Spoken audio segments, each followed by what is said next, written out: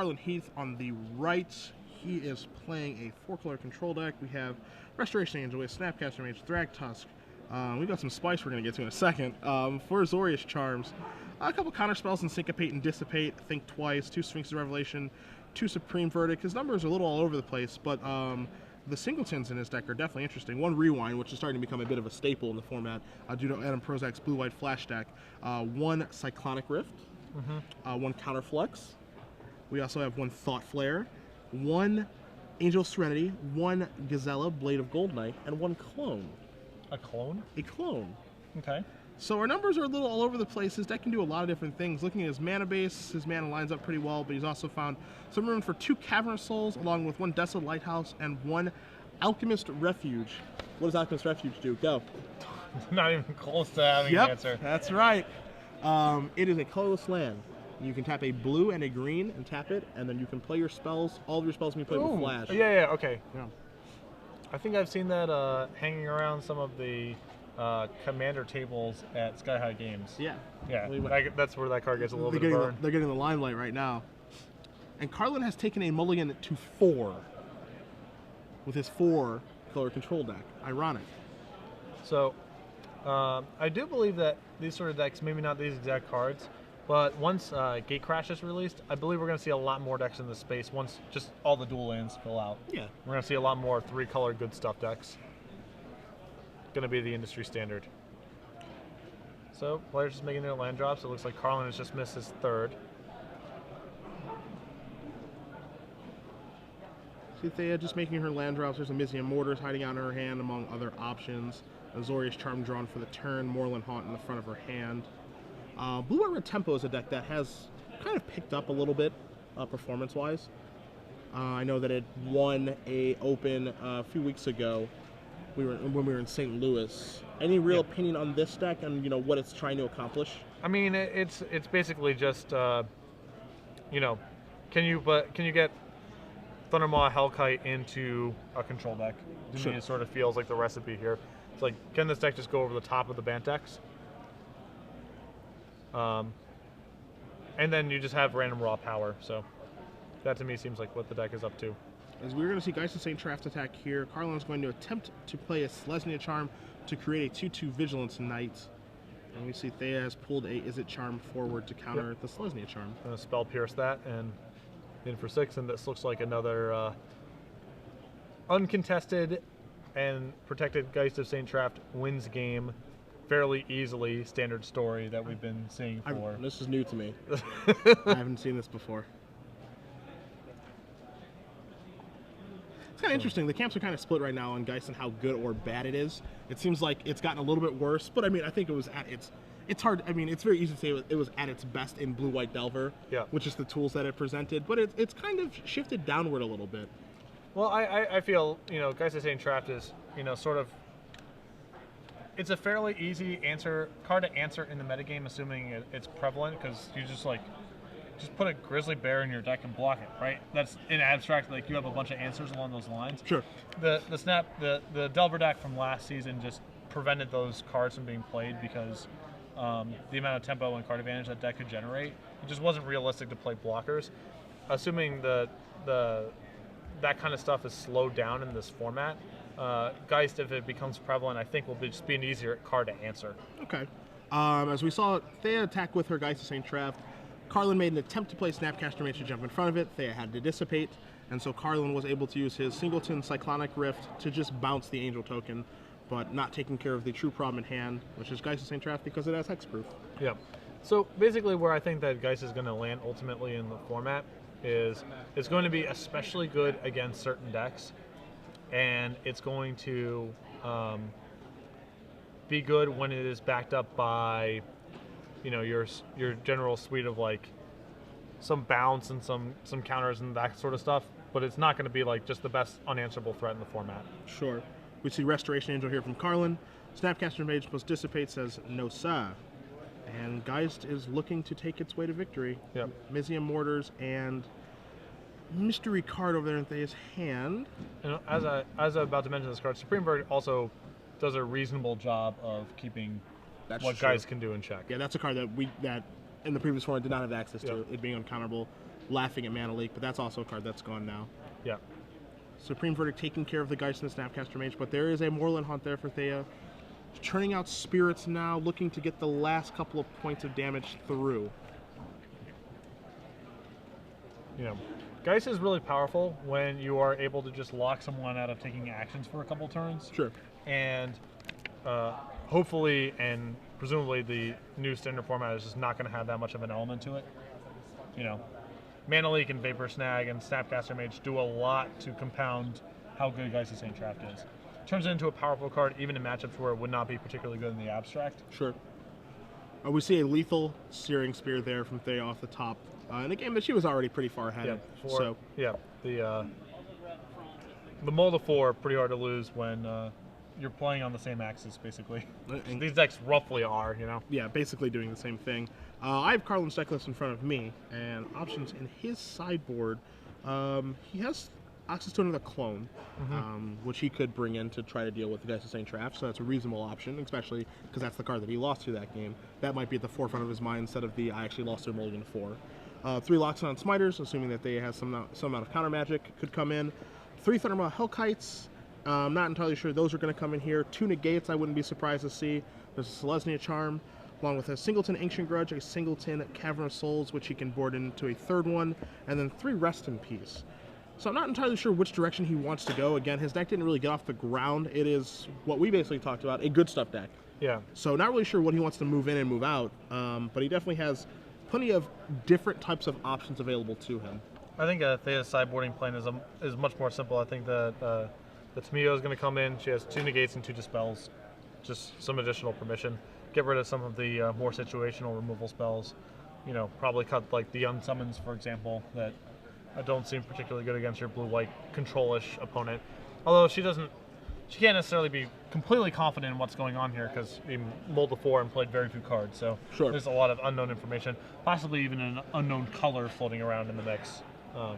But yeah, I think you just sort of tighten up your permission suite and cut some of your extraneous or situational removal. I do like, I'm not sure if he's necessarily going to bring it in, but I do like Smiter. Smiter actually lines up pretty nicely against Thea's removal suite. Yeah. Yep. Smiter's a nice card. I know she has some Searing Spears. She probably has like some Azorius Charms or something in her deck. I mean, her creature base is also Geist, Snapcaster, Restoration Angel, so 4/4 just lines up pretty nice there. Bonk, winning the fight quite a bit. Smiter, interesting card actually. That was a card that, you know, it's funny with how this game has progressed. You know, if Laxton Smiter gets spoiled or what have you, we see it, and we see a 3-mana 4/4 uncounterable, and if they make you discard, it comes into play, and just like, whatever. Yeah. Okay, like where's the good cards in the set? Whereas like before, you know, I remember when like Anured Brushhopper was spoiled from Judgment. You're like, oh well, are you kidding? You can make this card. What is wrong? Who works at Wizards of the Coast that made this okay? Well, you know, my sort of theory on Smiter is like, if Wizards is doing their job correctly, at least in you know, Modern and Legacy might be different animals because those formats kind of just are what they are. Sure. If Wizards is doing their job well, it's like that text box actually shouldn't matter a ton, right? Sure. Like there shouldn't be a million counter spells and a million like Mind Rots floating around in the top tier decks, right? So it's more of a fringe card in that respect, and then it's still a targetable, terrorable, whatever, not terrible, terrorable threat. So Smiter's certainly good and it's going to get its day in the sun, but it's not, you know, Magic's just in a different place than it was 10 years ago. Yeah, it is. It definitely is. You know, when I was testing Green White Humans with that card, I was actually quite impressed by it. You know, it's not like broken or anything, and you know, it's good efficient creature. It being uncounterable with Blue White Flash being a popular deck, big deal. And then there's not really much discard. Liliana of the Veil's not really hanging around, but if someone does have that, it's one heck of a way to punish them. I don't feel like, and this is an important thing I think about like cards that are going to be powerful.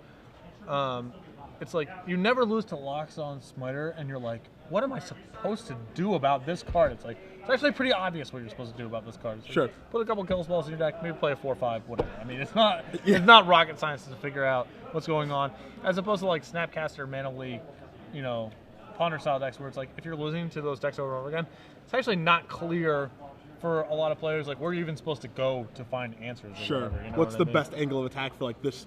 Like, what's the best strategy? What's the best angle of attack against Cobblade? Is it Like, how good are kill spells? Because they have creatures. Don't do anything. Well, they have some equipment. How good are shatters? Don't do anything. like all the cards that you intuitively think would do something actually are terrible. Yeah.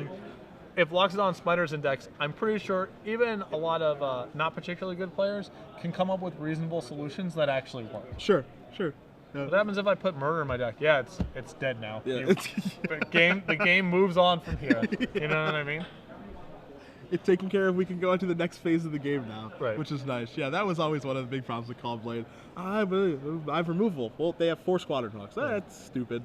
That's I have a kill spell and a shatter in my hand. What happens? You lose. You lose. Yeah, you lose. You're dead. His name is Jace the Mind Sculptor. Yeah, and he resolves. Yeah, your deck's about to get flipped over in your graveyard. Your shatter and your kill spell is gonna become your deck soon. Yeah. That's what's gonna happen. All right, both players keeping 7. And Carlin's going to lead off with a Hollow Fountain. And Thea's going to start with an island, and we are going to be underway here.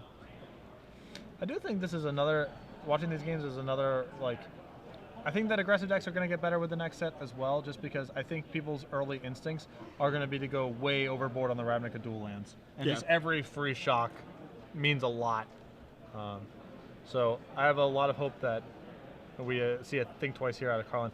I have a lot of hope that we're going to see some Stomping Ground and Sacred Foundry fueled beatdown decks take some action early on as people have these like 12 and 16 Rav dual land control decks when the set comes out. And by no means are those free rolls to play. The Ravnica dual lands, as good as they are, I mean the 2 life is relevant. Yes. Actually, a little surprised there that Carlin wouldn't play his Temple card on tap. It doesn't seem like a matchup where his life total would be under too much duress. And it seems like flashing back your Think Twice is something you want to have the option to do right away. Yeah, just start churning through your deck as best you can. Yeah. So we're going to see something here at the onset from Thea, it looks like. Yep. We're going to see Azorius Charm. Cycle and Azorius Charm. Also, when you play your Temple card and tap like that, the cat's kind of out of the bag that you have some sort of 2-mana counterspell. Because, you have action available in your graveyard that you don't want access to, so that must mean that you have action in your hand. So now Thea could probably correctly deduce that Syncopate, negate, something in that space is in his hand as well. Yeah, I'm not going to cast Geist into this mana. Right. Whereas it looks like she's going to now. Okay. It looks like we're going to see a Dissipate here. And here's a Dispel. Which is a huge beating. Yep. So, it does look like Carlin has a Selesnya Charm in his hand, but is asking for a lot to go right for that to Thea's hand. Thea's deck has a lot of answers to an instant speed knight, so. But I think we're going to give it the old college try. Another dice off the top for Thea, so even if everything does go wrong this turn. Let's see the Angel token in play. We're going to see a Snapcaster Mage. Okay. I have to assume that Selesnya Charm is not in our hand now. He also tapped his Temple Garden. Yeah, I guess it must have been a different gold card I saw. So Thea is considering, Syncopate, or what do I want to do here? So Syncopate for 3, and we're going to see a negate. So unless she has another Dissipate, which she does, it doesn't look like she does. Snapcaster Mage is going to be able to get in front. Yeah, I'm not a huge fan of the Syncopate there. I think that if you have a 2-mana counterspell that you can use to fight over the Snapcaster Mage, it's fine because even if he fires back, then you get to resolve your next Geist Sustain trap. Basically now not being able to land the Geist this turn means that she has to commit mana to her main phase next turn to get into play, and it's just more likely Carlin can find an answer in the extra turn that you've given. Sure. So if I didn't have something that costs 2 mana to fight over that Snapcaster Mage, I probably would have just let the trade happen and played another Geist. Okay. So we did see Carlin's draw step for his last turn was a Supreme Verdict. We're going to see another Geist Sustain trap here from Thea. I really like the way that she puts her spells on the stack. It's like, drop it behind my lands, and if it resolves, now move it forward. Yeah. Stylistically, I'm a big fan. Normally, I just cast my spells right into the graveyard. I just expect directly in the graveyard. I expect them to be countered. I just throw them at my opponent. Yeah. Can't counter that. We're No, gonna see- sir. Yeah. Bonk. We see a Loxodon Smiter. Look at Honest Dave over here. Handful of counter spells, can't do anything. Sweet. All right, that's unsummon. fine. Get that weak stuff out of here. Yeah, you get one turn. All right, Smiter back. Looks like we're gonna get a nice little hit here. I think that Smiter's actually. Geist. I think Thea's hand is just 2 other counters. Okay. So that Smiter's gonna do some work.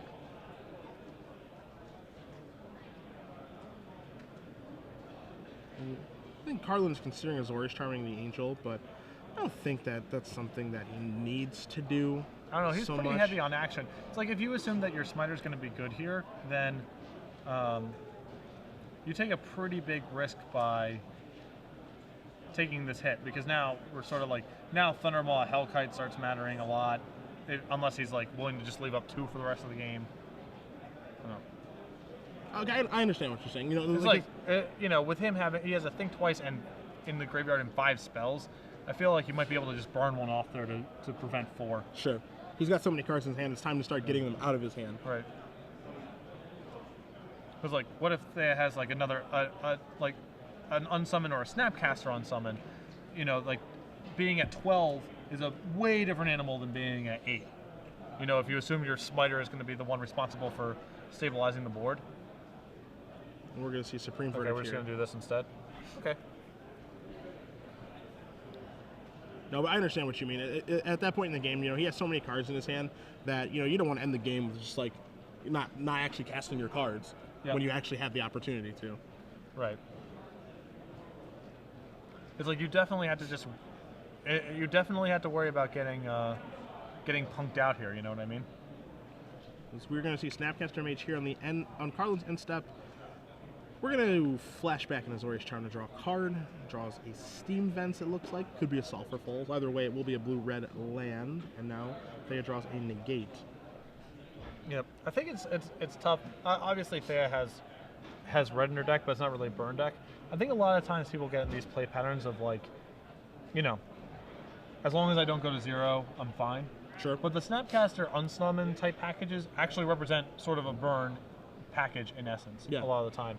And so preserving your life total is a priority, and it's not always intuitive that that's the case, but So we see a Syncopate for 1 on a Hardcast Think Twice, so Carlin will actually not be thinking at all with that spell, but he will be drawing a Clone for the turn. Ooh. Wait, this is no Phantasmal Image, that's for sure. It sure isn't. It sure isn't. I don't think we're going to see one that good for a little while. Yeah, I would hope not. Clone is an interesting card, however, because, I mean, it does have the same applications as Phantasmal Image, but the format's a little bit different now. Good things to copy include Thragtusk, Restoration Angel, depending on the makeup of your deck. Geist of St. Traft is a removal spell. Angel Serenity as well. So there are definitely some good targets out there for Clone. Clone is, generally speaking, as good as the creatures that are getting played, Yeah. and there are some good ones.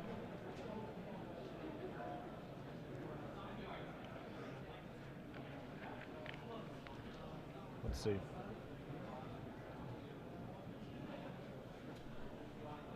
Assume we are looking to draw a card here.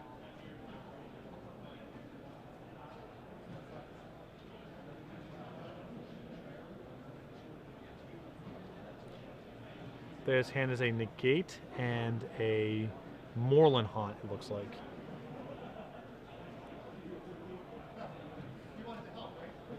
So, yeah. The turn's a little complicated for Thea because Carlin did not replay his Smiter and it has all his mana up instead. So now it's a question mark of, like, what's going on here. Yeah, kind of reeks of a Sphinx's Revelation. Yeah. I assume we're going to be negating this. I'd like to think so. Yep. And Thea's going to make sure she keeps some white mana available. And we'll see a negate here on Sphinx's Revelation. Carlin at 4, so, I mean, he's doing okay as he draws another Sphinx's Revelation. Nice. Are we just supposed to rip that off in our main phase here? I guess we feel can like- die. We can die to Thundermaw Hellkite if we do that. But we are going to see a C143. And yeah, Thunderbolt Hellkite will be lethal now. You don't know if she, as Carlin, you don't know if Thea has access to something like a fireball type effect either, like a Devil's Play or what have you. So playing it right now is definitely a risk. Yeah. Part of me wonders if if he would have just better off like cloning the Snapcaster and Snapcastering like a charm or something like that.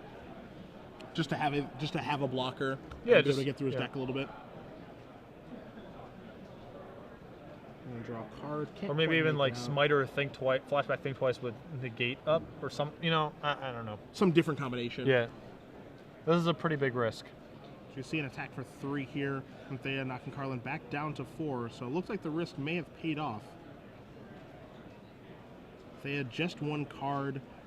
She hasn't found any really way to draw a significant amount of cards this game, just living off the top of her deck. Although with the she has a Geistesane trapped in her graveyard, so she's actually presenting a lethal. She's actually presenting lethal next turn.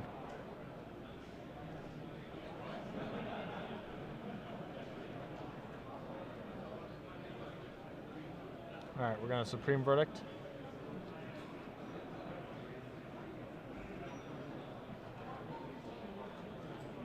And a Smiter.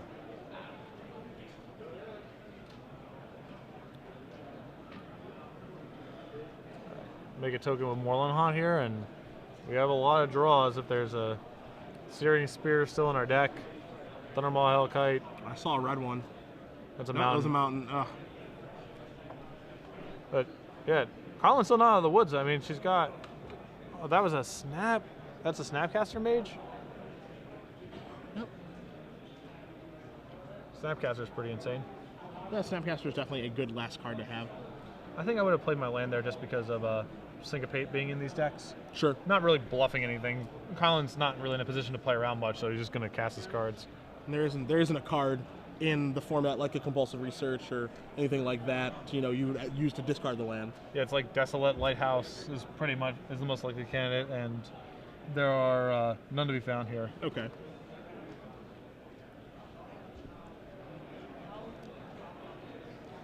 And it's hard to say how differently the game would have played out, but this is a lot of what I was talking about the using the Azorius Charm on that Geistesane trap token that 1 turn. Yep. He would be Carlin would be at a much healthier 7 life. Yeah, Carlin's edge on terms of cards is overwhelming, but he just might get punked out of the game. So we're going to see another Moreland Haunt token here.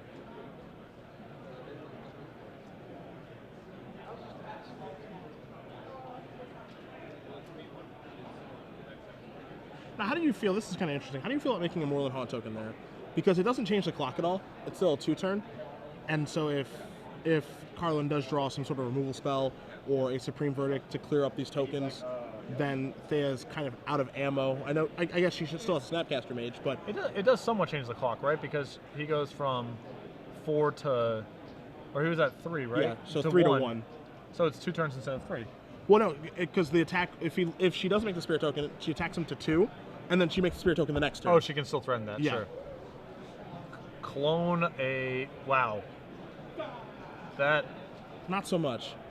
Possibly, I mean, I'm not saying it's incorrect, but that might be actually the worst clone of all time. Clone your Suntail Hawk, I guess. Yeah. Can't do much else. Yep. So we see a Restoration Angel drawn here for Thea. I think Thea's just going to go... She's got Snapcaster Negate and Snapcaster Syncopate. Yeah. So I think Thea's going to shrug her shoulders and just say attack. Yeah, see what happens.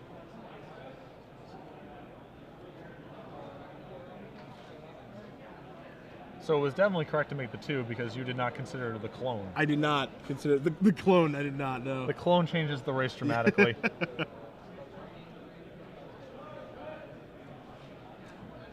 Looks like his hand's just another elephant and a couple syncopates. I don't think he can fight over the negate here. Doesn't look like it.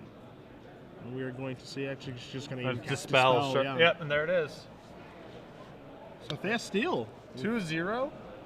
Just got ahead on the board, used some counters, and was able to sort of punk him out of the game, nickel and dime him with some Moreland Haunt tokens, and a story that we've seen before in previous standard formats. And likely to see again. And I think that particular game revolves around exactly what you said with the Azorius Charm on the Angel token. Much different game. Carlin would be at 5 instead of 1 right now. Yeah. You know, have his life total to use much more as a resource than he did. So yeah, I mean, he cycled the Azorius Charm, so it's hard to say how the game plays out, right? Because, you know, who